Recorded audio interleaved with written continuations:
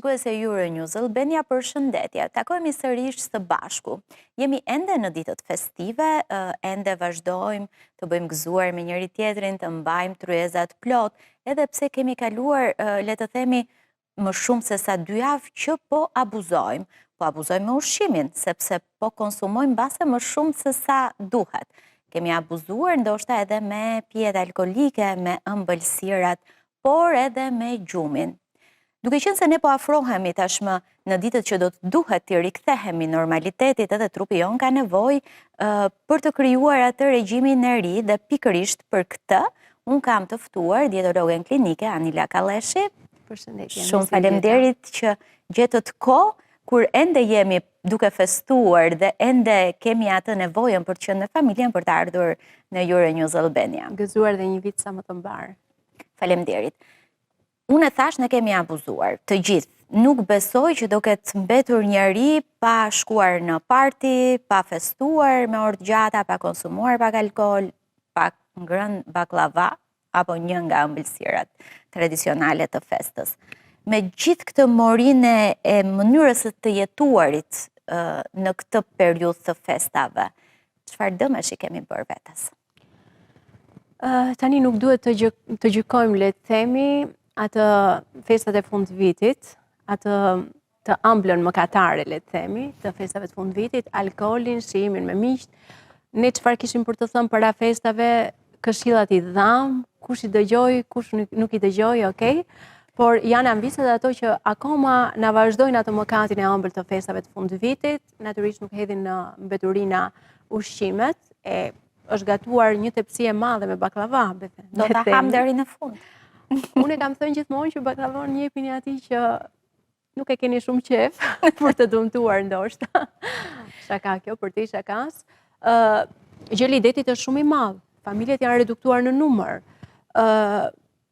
Kuptohet ka kushtuar. Vazhdojmë të kemi dhe atë manin që të bëjmë sa më shumë në festa. Pikërisht, kemi një larmi gjërash. Për të treguar bollokun, tepsit me byrek, me përshesh, gjitha i gjel, ndoshta edhe ushqimet të tjera, duke filluar të sallatrat pafund dhe çfarë bëjnë ambisat? I ruajnë ato në frigorifer për ditë të tëra. Natyrisht riciklimi sjell pasojë shumë të dëmshme dhe ju besoj do ta trajtoni në këto ditë edhe toksikimin nga ushqimi që ndodh në festat e fund vitit. Ushqimet ngrohen, ftohen, nxiren, përpunohen, le të themi, dhe të gjitha këto ripërpunime, riciklime shkaktojnë dëm në organizëm, pa llogaritur atë dëm që ne kemi krijuar organizmit në ditët përpara.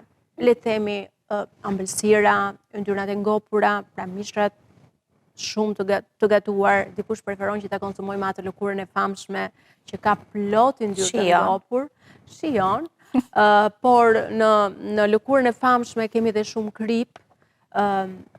Le të shikojmë që në këto momente të gjitha këto yndyrna të ngopura, sheqernat e tepër që kemi marr, alkoolin e tepër që kemi marr, është konvertuar në glikogen në mërçi dhe në muskuj, duke krijuar ky glikogen në organizëm, në tepëricë, le të themi, krijon mbajtjen e lëngjeve në organizëm, por pjesa më e madhe nuk konsumojnë edhe shumë ujë, harron të konsumojnë ujë, konsumojnë shumë verë, alkool, dhe harrojnë të konsumojnë ujin, atë i cili është shumë i rëndësishëm për të hidratuar, për të ndihmuar sistemin tretës, për të ndihmuar në pastrimin e organizmit, dhe duke mos krijuar këtë dhe duke trupi nga kjo rezervë glikogeni në organizëm, duke na mbajtur lëngjet, na krijon një ëndje, një fryrje, ne jemi si të mufatur, jemi si të lodhur, ndjehemi si të këto janë shenjat që na jep trupi për të treguar se e kemi mbingarkuar dhe nuk i kemi bërë as pak mirë në këto ditë.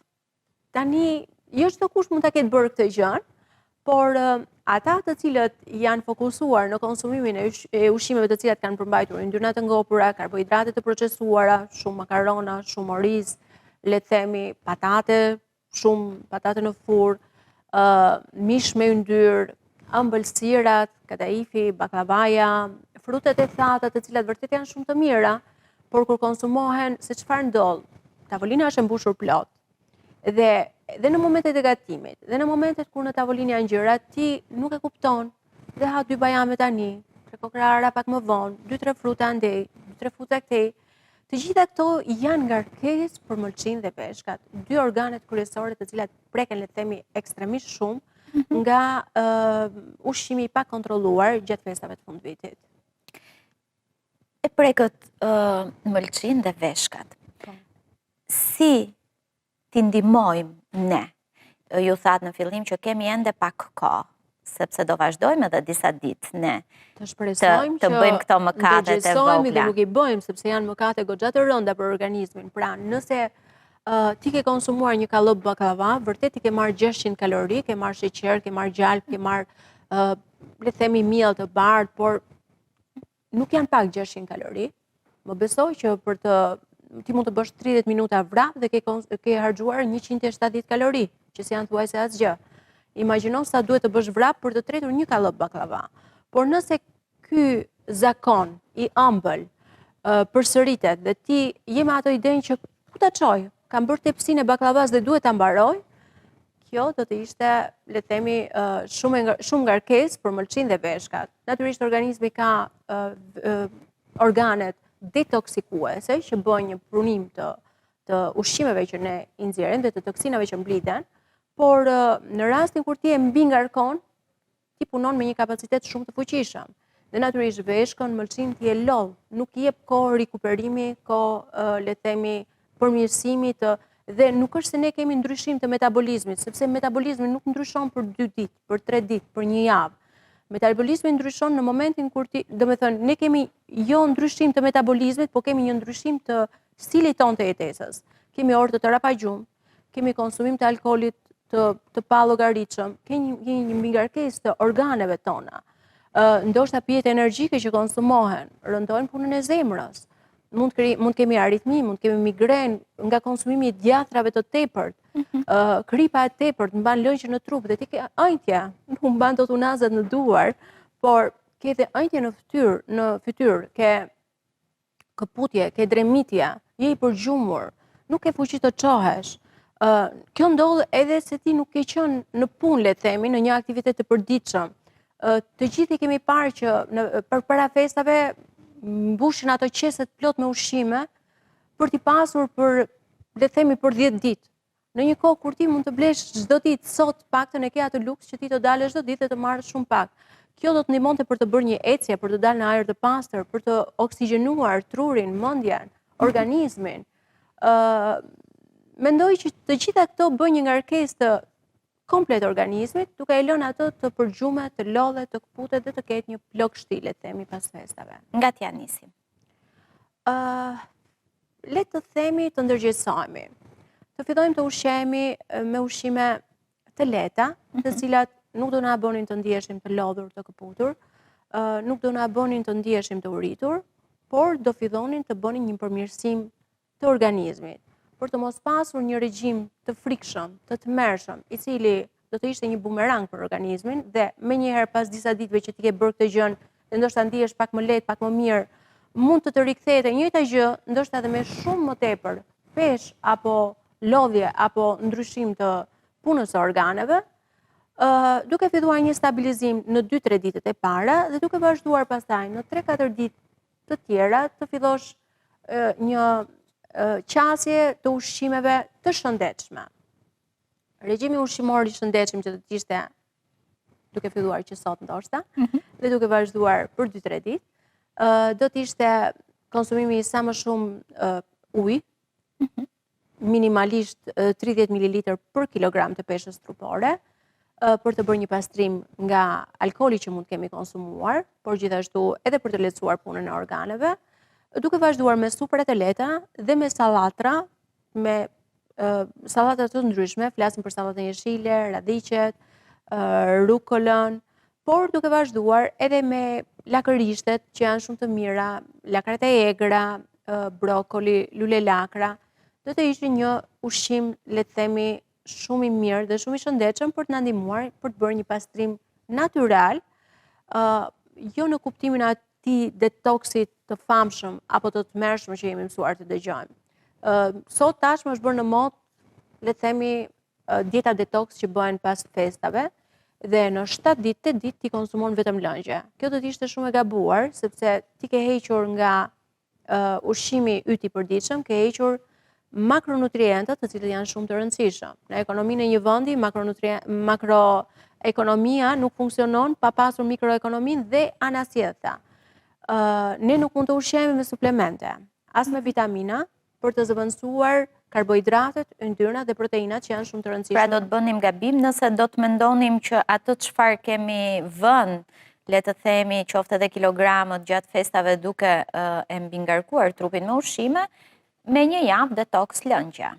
Absolutisht jo, sepse ti nuk merr fibra në këto lëngje, përveç asaj po diskutojmë sikur ne këto lëngje detoks i bëjmë vetë në shtëpi, sepse serviren edhe lëngje çuditbërëse me emrin detoks, ku mund të ketë ngjyrosës, aromatizues dhe as pak fruta dhe perime brenda, por po diskutojmë sikur i bëjmë në shtëpi. Organizmi ka nevojë për energji, dhe energjia merret nga karbohidratet. Natyrisht, burimi i tyre është shumë i rëndësishëm. Nëse ne vendosim të marrim karbohidrate nga makaronat e bardha, nga orizi i bardh, nga le të themi buka e bardh, apo ushqime të cilat byrekët, apo ushqime të gatuara me miell të bardh, me miell të rafinuar në shtëpi, ne nuk kemi marr fibra, nuk kemi marr B kompleksin që ndodhet tek dritrat kryesisht integrale dhe nuk kemi marr atë çfarë është më rëndësishme, karbohidrate të shëndetshme. Natyrisht sheqeri merret edhe në variante të tjera, tek frutat, tek perimet, por në sasira pak më të vogla.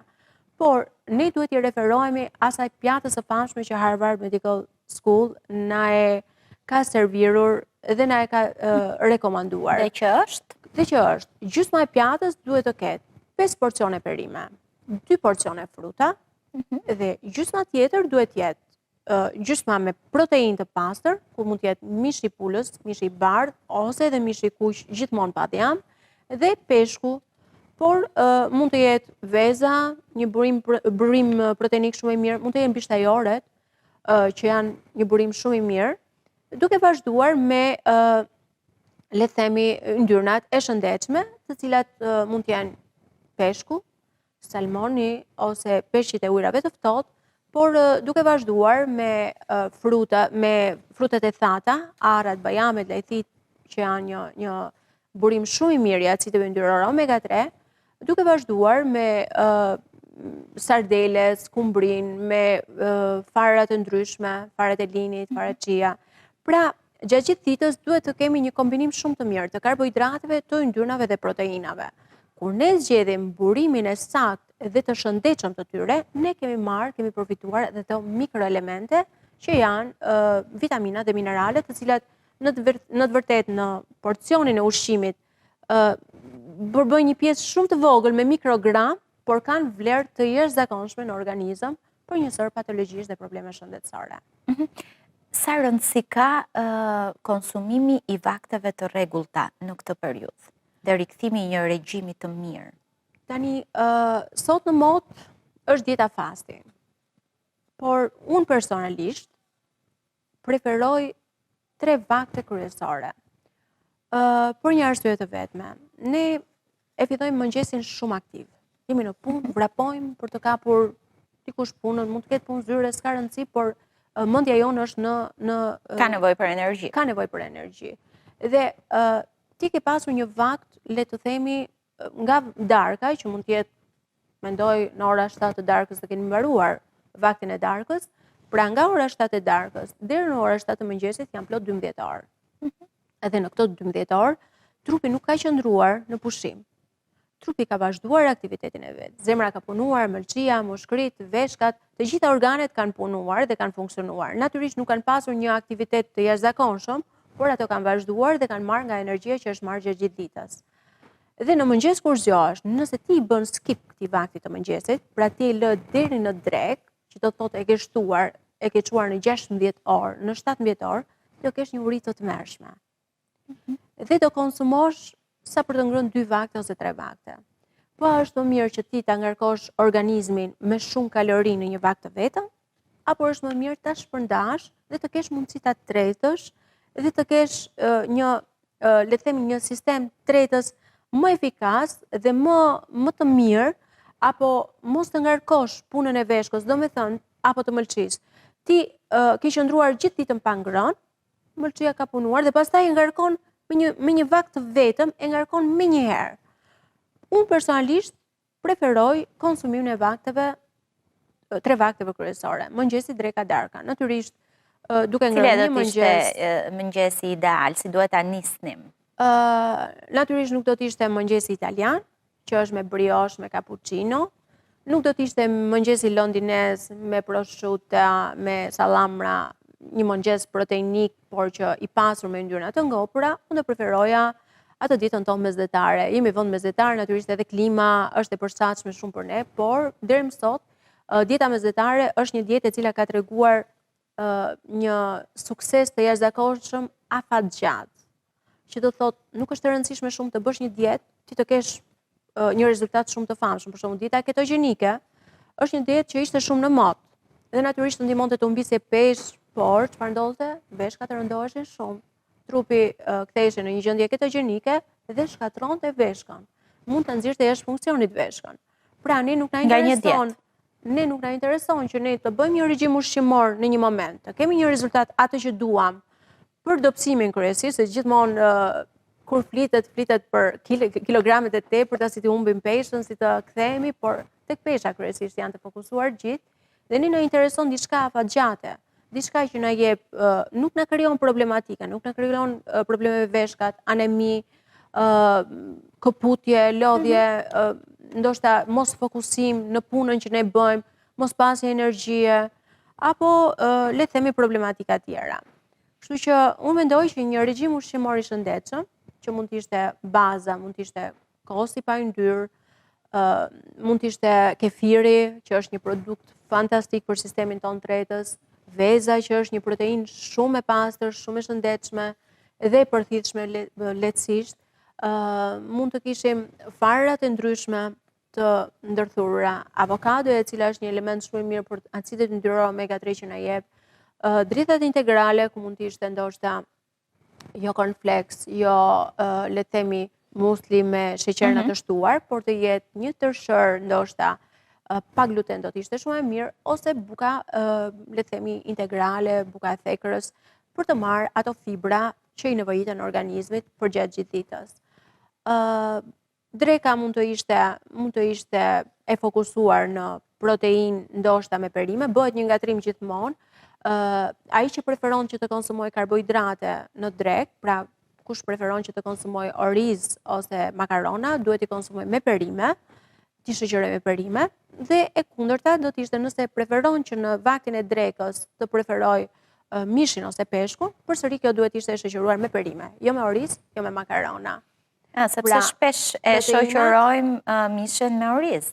Jo, është shumë kombinimi ideal. Çfarë do të na bënte? Çfarë na bën? Kombinimi ideal, koha e tretjes së tyre është e ndryshme dhe fermentohet në stomak duke krijuar një mos tretje, gazra, fryrje, meteorizma, mosarati ndoshta. Ndërsa në rastin kur ne nuk i përzijem, nuk i ngatërojmë këto, por i konsumojmë karbohidratet, i konsumojmë me perime dhe proteinat i konsumojmë me perime, është le të themi zgjidhja ideale për një kombinim të këndshëm, edhe për të mos pasur ato fryrjet apo shqetësimet me zorët. Dhe darka? Nëse ne kemi konsumuar proteinën në drek, pra mishën ose peshkun në drek, ose fasulet, thjerëzat bishtajore që janë burim proteinik, por me origjinë bimore, mund të konsumojmë karbohidratet që mund të ishte, unë preferoj zakonisht për darka të jetë një supë me perime, do të ishte shumë e mirë. Receta ka pafund, supë domatesh, supë krem domatesh, mund të jetë supë karot me ginger, me moll, mund të jetë supë spinaqi, supë preshi, supë me të gjitha perimet. Suprat janë shumë të preferuara, janë të lehta. Natyrisht një darkë e lehtë na ndihmon shumë mirë për të bërë një gjumë të qetë, për të bërë mos pasur parehati, mos pasur fryrje të zorrve, gazra të ndryshme. Kjo do të ishte shumë e mirë, por mund të ishte edhe kosi apo kefiri. Mund të bëhesh ndoshta një smoothie me copa frutash, diçka e lehtë. Të gjitha këto do të ishin ideale për një darkë të mirë. Ne kemi konsumuar një mëngjes të hershëm, kemi konsumuar një drek rreth orës 12:30, 1:30 maksimumi, dhe kemi konsumuar një darkë në 6:30, 7, kuptohet që organizmi t'i ke lënë mundësinë për të bërë një tretje të lehtë, për të mos qenë i ngarkuar, por natyrisht edhe për të pasur, le të themi, benefitet e tija si organizëm. Në vaktet ndërmjetme, këshilloj që të konsumohen frutat. Unë zakonisht preferoj që fruti mos të konsumohet në të njëjtin vakt me ushqimin, pra sapo ke konsumuar mëngjesin, ti të konsumosh një frut mbrapa, ose në darkë, ose në drekë për shembull, ka që konsumon ushqimin, konsumon dhe një frut. Kjo është përplasja e tretjes së ushqimeve ose fermentimi i ushqimeve të ndryshme me tipologji të ndryshme dhe preferoj që të jetë në vaktin e paraditës. Pra ka kaluar 2 orë nga tretja e vaktit të mëngjesit ose i vaktit të drekës dhe ti e ke kohën e përshtatshme për të konsumuar. Por vakti ndërmjetëm mund të jetë një frut, mund të jetë ndoshta një kos me disa fara, mund të jetë, le të themi, një çaj bimor. Në këtë momente, për shembull, që ne kërkojmë një detoks të organizmit, mund të bëjmë një çaj natyral me morengën, mund të bëjmë çajra të ndryshëm, çaj jeshil, çaj bliri, çaj kamomili për qetësim, çaj jeshil, por gjithmonë jo ato të paketuara të famshme. Pikërisht për këtë do të pyesja, ka një trend së fundmi për çajra detoks që na ekspozohen gjithkund dhe që na serviren si produkte shumë të mira për të humbur peshë, sepse ju e thatë. Sigurisht që pas festave të gjithë fillojmë edhe të shqetësohemi edhe për kilet dhe synimi është që të humbasim sa më shumë. Duhet ju besojmë këtyre çajrave detoks? Përderisa e bëm pyetjen, duhet t'u besojmë edhe ti ke dyshimet dhe dilemat e tua. Jetojmë në një botë TikToku ku pjesa më e madhe e produkteve që serviren janë produkte të ofruar nga persona jo kompetent, persona të cilët nuk kanë lidhje fare as me ushqimin, as me njohjen e organizmit se si funksionon apo jo, dhe servirin produkte të tilla. Unë po të futeni në internet edhe imazhin tim mund ta shikoni në disa vende, sikur shes produkte detoksi apo gjëra të cilat unë nuk i kam servir kurr, por thjesht sot ti nuk je i aftë ndoshta të ndalosh dhe të stoposh njerëz të papërgjeshëm, të cilët përdorin imazhin tënd dhe shesin produkte të pa certifikuara, të pa kontrolluara dhe produkte të cilat nuk ofrojnë absolutisht asnjë gjë. E thash dhe më përpara, nuk ka ushqime magjike që bëjnë detoks të organizmit. Thjesht ky detoksi që ndodh pas festave është mos ngarkesa e mëlçisë dhe e veshkave me ushqime plot kalori, ushqime plot yndyrna të ngopura, ushqime plot sheqerna të tepërt, ushqime plot alkool, të cilat rëndojnë punën e këtyre organeve. Por natyrisht, këto organe të cilat janë të mbi ngarkuara kanë nevojë për ushqime të lehta që na bëjnë të ndihemi të ngopur, nuk na japin atë ndjesinë e urisë së tepërt, sepse kjo do të ishte një mbingarkesë në ditën e vazhdim të këtyre organeve.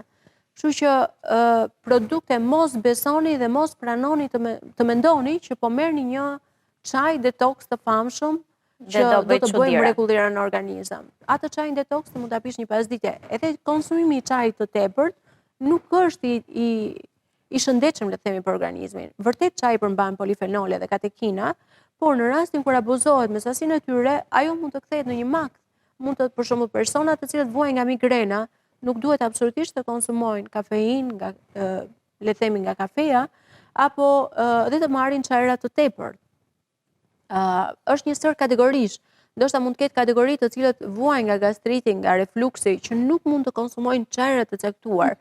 Pra gjithçka duhet jemi të kujdesshëm për të bërë gjëra natyrale, bio dhe pa abuzuar me sasinë e konsumimit të tyre. Pra nuk është e shëndetshme që ti të bësh një çaj xhinxheri, le të themi, dhe ti të konsumosh sasi pafund xhinxheri. Xhinxheri maksimumi në ditë duhet të konsumoj 1, 2 ose 3 feta xhinxher. Nëse ti mendon se ose është xhinxher edhe po mbush një bidon të madh, le të themi, edhe e konsumoj gjatë gjithë ditës, ti ke marrë një sasi të tepërt të xhinxherolit, gjë që mund të jetë e dëmshme dhe mund të shkaktojë probleme në stomakun tuaj, irritime të mukozës së stomakut, të sistemit tretjes.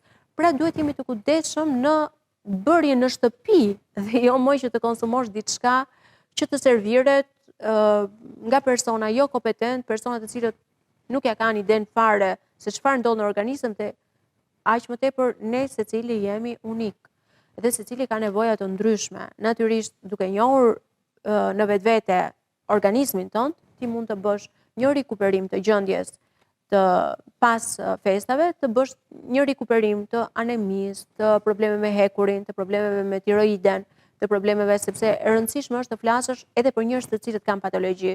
Pra, personat të cilët nuk kanë patologji, probleme, sëmundje kronike, le të themi që e menaxhojnë mirë këtë ngarkesën e vitit të ri, sepse nuk kanë problematika në organizëm dhe përderisa nuk kanë pasur problematika në organizëm, do thotë që kanë qenë njerëz të cilët kanë qenë të kujdesshëm gjatë gjithë vitit, gjatë gjithë kohës, me aktivitet fizik, me një stil jetese të shëndetshëm, sepse duhani, alkooli, veset, zakonet, konsumimi i drograve, konsumimi i ilaçeve, të gjitha këto janë, le të themi, dëmtuese të organizmit.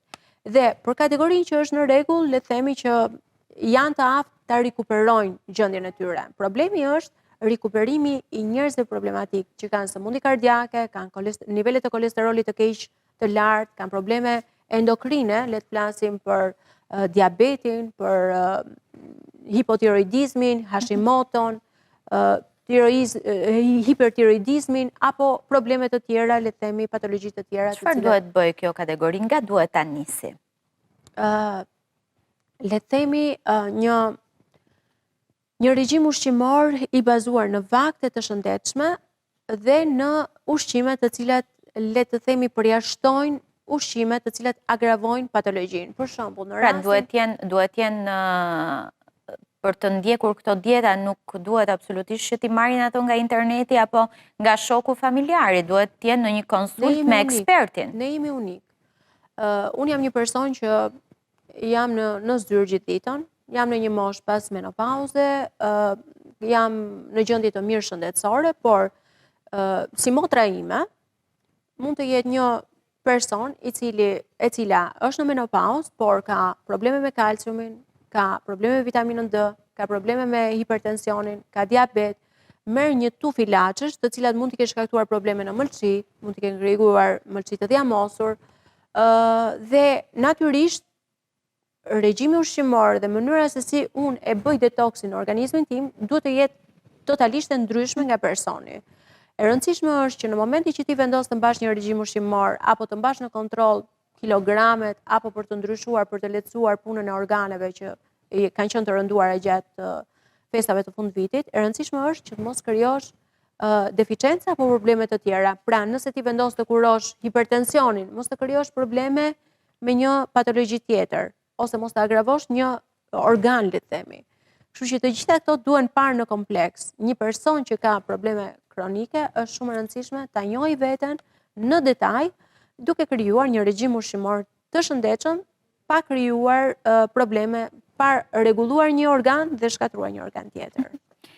Duke marrë parasysh të gjitha këto sa thatë, dhe nisjen e një viti të ri, le të themi, me një kulturë të mirë shëndetësore. Do të na mjaftonte vetëm një ushqyerje e mirë për të patur një shëndet të mirë dhe për të rikuperuar?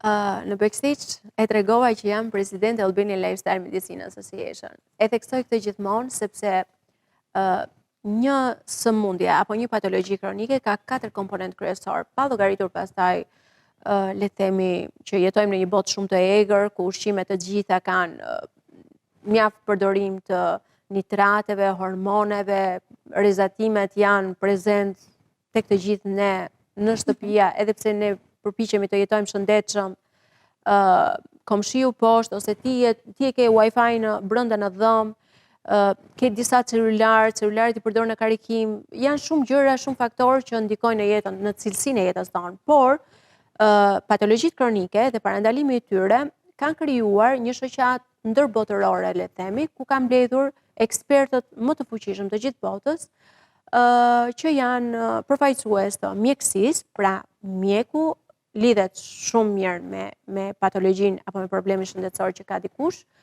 duke vazhduar me ushqyerjen, e cila ka, të themi, rreth 70% të kurimit të një sëmundje vjen nga një ushqyerje korekte dhe një regjim ushqimor i shëndetshëm, duke vazhduar me aktivitetin fizik i cili është shumë i rëndësishëm, diku 15-20% ndihmon mjaft mirë në qarkullimin e gjakut, në pasjen, në marrjen e oksigjenit, në oksigjenimin e organizmit dhe në vënien në lëvizje të gjymtyrëve, Duke vazhduar me menaxhimin e stresit, i cili është, le të themi, edhe ai një shtys shumë e fuqishme për të rikuperuar apo për të dalë nga situata.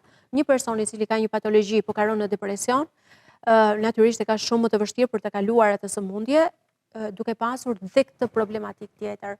Por një person i cili ka marrë vesh që ka një sëmundje, por është optimist dhe mendon dhe vepron me mendje, që do thotë që në këtë moment vendos të ndaloj zakonet e këqija, alkoolin, duhanin, të menaxhoj stresin, të krijoj një regjim ushqimor të shëndetshëm, por dhe të bëj aktivitet fizik, patjetër që i ka dhënë stimulim për së miri patologjisë që disponon. Gjithkush që po na dëgjon në këtë momente, sigurisht që do të thonin, ok, shëndetit të shëndetshëm, kilogramve, si do t'ua bëjmë dhe a do të kishe një këshill për të gjithë? Dgjoj, ka njerëz të fiksuar me peshën. E rëndësishme është që çdo kush në një moment të caktuar, sepse kemi parasysh diçka, hormonet janë shumë esenciale në menaxhimin e peshës. Do të thënë, nëse ne kemi një lëkundje të hormoneve në një moment të caktuar, pra një person që ka vezore policistike, një person i cili është në periudhën e menopauzës, ku estrogeni bie, le të themi, në nivelet minimale, kuptoj që do ketë një luhatje peshe. Natyrisht që duhet të jemi të kujdesshëm në këtë moment për ta menaxhuar këtë peshë, por e thash, po nuk menaxhuam stresin, ne rrisim nivelet e kortizolit në organizëm dhe përveç se nuk kemi humbur peshë, ne kemi shtuar peshë akoma nga nivelet e larta të kortizolit. Kështu që hormonet janë balancuese të shkëlqyera të peshës. Dhe për të balancuar këtë gjë, fillimisht duhet të ndërgjegjësohemi, duhet të vëmë pikat mbi dhe të kuptojmë çfarë duam vërtet, që të humbasim peshën në mënyrë të shëndetshme, pa humbur masë muskulare, sepse diku për shembull pas menopauzës ne vërtet kemi shregullime, le të themi, të hormoneve dhe hormoni estrogenit, kur është me pakicë, fillon shoqërohet me shtimin e masës diamore në bark dhe humbjen e masës muskulare. Por kjo humbje e masës muskulare, nëse ne nuk vëmë pikat mbi, që të fillojmë një aktivitet fizik, të bëjmë kryesisht 2 herë deri në 3 herë një aktivitet fizik me pesha për të rritur masën muskulare, apo për të bërë edhe pak kardio, ndoshta, ose një aktivitet aerobik, le të themi, do na ndihmonte mjaft mirë për të edhe për të qenë solar, edhe për të pasur një mendje të shëndetshme, le të themi, por edhe për të qenë në lëvizje dhe për të rikuperuar problemet me peshën. Nëse ne nuk e bëjmë këtë gjë, atëherë ne do kalojmë në një sarkopeni. Menjëherë pas një moshe të caktuar, fillojmë krusemi, fillojmë shtrembrohemi, fillojmë dridhemi, krijojnë problemet me demencën, me Alzheimerin, dhe të gjitha këto janë me sarkopenin, me humbjen e masës muskulare, të gjitha këto çrregullojnë metabolizmin dhe krijojnë mjaft probleme. Kështu që çdo gjë është e lidhur ngushtësisht njëra me tjetrën. Nëse ti arrin të krijosh një hallkë të shëndetshme, le të themi, duke i balancuar këto hallka të gjitha, pra një regjim ushqimor i balancuar dhe shumë kujdes për të humbur peshë. Nëse ne kemi 10% më shumë peshë në një periudhë luhatje hormonesh, ose në një periudhë ndoshta përdorimi kortizonikësh, edhe ilaçet janë ato që të bëjnë të shtosh peshë, dhe nëse ne kemi shtuar jo më shumë se 10% të peshës normale, nuk është shumë për të shqetësuar. Më mirë t'i humbasim ato 6-7 kg, le të themi, për një periudhë 2 deri në 3 muaj, dhe kjo të jetë të na japi mundësi për ta menaxhuar këtë peshë të humbur, sesa t'i humbasim brenda një kohë shumë të shkurtër, dhe për një herë të rikthehemi dhe të na krijohet ai efekti jo-jo i dietave, që në vend që kemi humbur kaq peshë, ne të rimarrim 2 fishën ose 3 fishën. Kjo do të ishte vrasëse, le të themi, për organizmin, sepse edhe organizmi e ka të vështirë, le të themi, punën kur ti merr brenda një kohë shumë të shkurtër me një peshë shumë të madhe. Kështu që edhe këto luhatjet e peshës duhet janë të kujdesshme, graduale dhe të mençura. Gjumi, çfarë roli luan në të gjithë sistemin ton imunitar dhe në organizëm? Gjumi është, le të themi, komponent dhe faktor kryesor për të balancuar, për të bërë një jetë të shëndetshme. Unë e thash dhe më përpara, në vaktin e darkës ne mendojmë që ne jemi në një relaks, shtrihemi.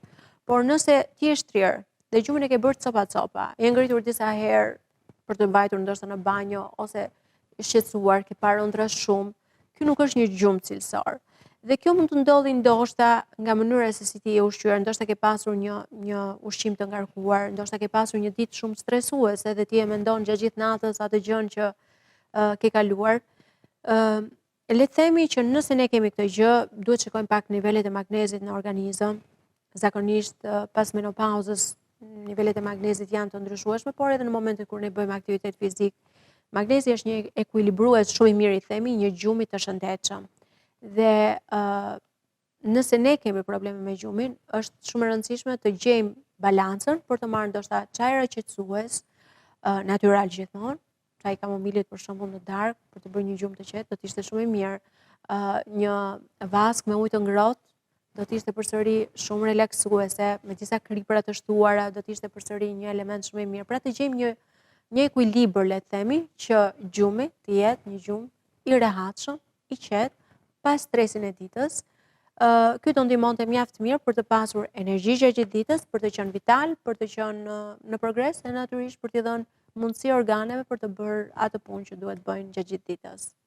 Na i tha të gjitha, nga ushqimi, aktiviteti fizik, ndikimin në disa sëmundshmëri, kujdesi që duhet kemi për detokset, të mos i besojmë gjithkujt, të mos ju besojmë as atyre postimeve që shohim me imazhin tuaj që na shesin edhe suplemente, pra duhet jemi shumë të kujdesshëm. Një këshill të fundit që do të kishe për të gjithë shikuesit e Euronews Albania për të patur një vit, le të themi, të shëndetshëm. Të shpresojmë që 2026 le të jetë një vit shumë i suksesshëm, ndryshe nga këto vitet që kanë qenë plot me ngarkesa, luftrat, Covidi, sëmundjet, viruset e ndryshme, humbjet e jetëve të njerëzve që s'kanë qenë jo të pakta. Le të themi, mendojni që jeta është shumë e bukur, na është dhuruar dhe na jepet vetëm një herë. Është, kur themi ushqeu shëndetshëm, jeto shëndetshëm, është investimi i vetëm apo dhurata më e bukur që mund t'i bësh organizmit tënd, për te i brillanteve, diamanteve, luksit të shprenuar që ne duam të jetojmë, le të themi investoni në shëndet. Shëndeti është gjëja e parë dhe kryesore, pa shëndeti nuk vlen asgjë. Në fund fare në këtë botë ne vim pa asgjë dhe ikim pa asgjë. Kështu që të paktën në këtë jetë që jetojmë, le të jetojmë cilësisht, pa u zbaritur spitaleve, sëmundjeve dhe pa krijuar ndoshta probleme në organizëm. Shumë faleminderit për kohën tuaj. Faleminderit nga ju. Faleminderit dhe të gjithë ju shikues e Euronews Albania që morët kohën në këtë ditë që janë ende festive për të na ndjekur.